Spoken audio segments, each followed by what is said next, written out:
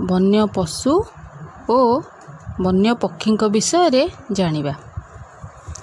जेउ पशुपक्षी मानकु आमे घरे पालु नाहु तथा जेउ पशु ओ पक्षी माने घर बाहरे बण जंगल रे ओ गुंफा भितरे बास करती बा रहती सेमानंकु वन्य पशु ओ वन्य पक्षी कहा जाए। प्रथमे जानिबा वन्य पशु कहिले कौन।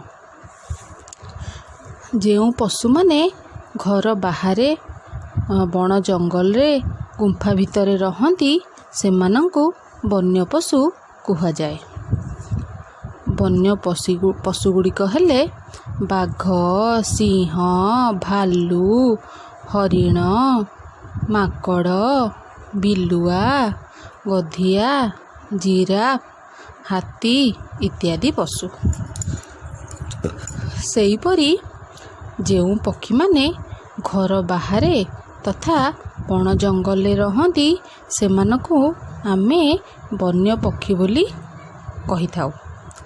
वन्य पक्षी गुड़िक हेले मयूर, चिल, काठहणा चढ़ई, कोइली, पेचा, बग, शागुणा इत्यादि।